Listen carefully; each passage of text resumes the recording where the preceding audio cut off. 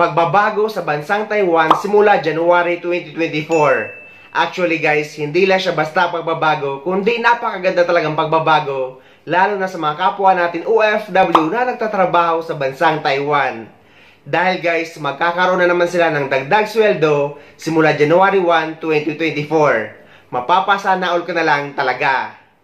Aabot sa 123,000 na mga Pilipinong factory workers sa Taiwan ang inaasahang magbebenepisyo sa ipatutupad na wage hike sa mga manggagawa sa naturang bansa na mag-uumpisa sa January 1, 2024. Ayon kay Manila Economic and Cultural Office o MECO Chairman Sylvester Rebelo III, kasama rin na makikinabang sa bagong wage law sa Taiwan ang mga Pilipino na mahahire sa trabaho hanggang ngayong December 31, 2023. Sa ilalim ng bagong wage law, magiging 27,470 new Taiwan dollar na ang sahod ng mga manggagawa doon, nakatumbas ng nasa 46,699 Philippine peso. Mas mataas ito ng nasa 1,800 pesos mula sa dating 44,800 pesos o 26,400 new Taiwan dollar.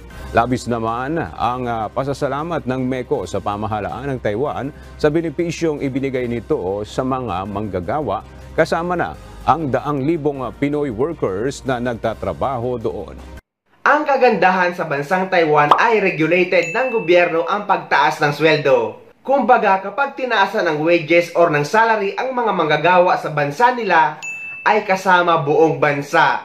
Hindi kagaya dito sa Middle East guys, kahit nakalagay na sa labor law, ay hindi naman lahat ng mga employer ay sumusunod dito. What? Eto sana ang gusto nating marinig ng ating gobyerno, na sana masiguro nila ang tamang benepisyo para sa mga OFW. Kagaya na lang ng vacation pay at ng end of service benefits. Dahil guys, may mga OFW na dekada na sa kanilang employer pero hindi sila binibigyan ng vacation pay kapag nagbabakasyon sila. At hindi rin tumataas ang sweldo nila na nananatili lang sa 1,500 dirham o kaya naman katumbas ng 20,000 pesos. Dahil nga ang rason ng mga employer ay yan lang daw ang nakalagay sa kasunduan ng gobyerno ng Pilipinas at ang gobyerno ng United Arab Emirates, na mababasa nyo din yan sa Addendum Form Agreement. So, congratulations na lang talaga sa mga nasa Taiwan. At shout out sa mga kaibigan ko dyan na mga factory worker na nagtatrabaho sa bansang Taiwan. So, ayun guys, sana may nakuha kayo idea at sana nakatulong ang video na ito sa inyo.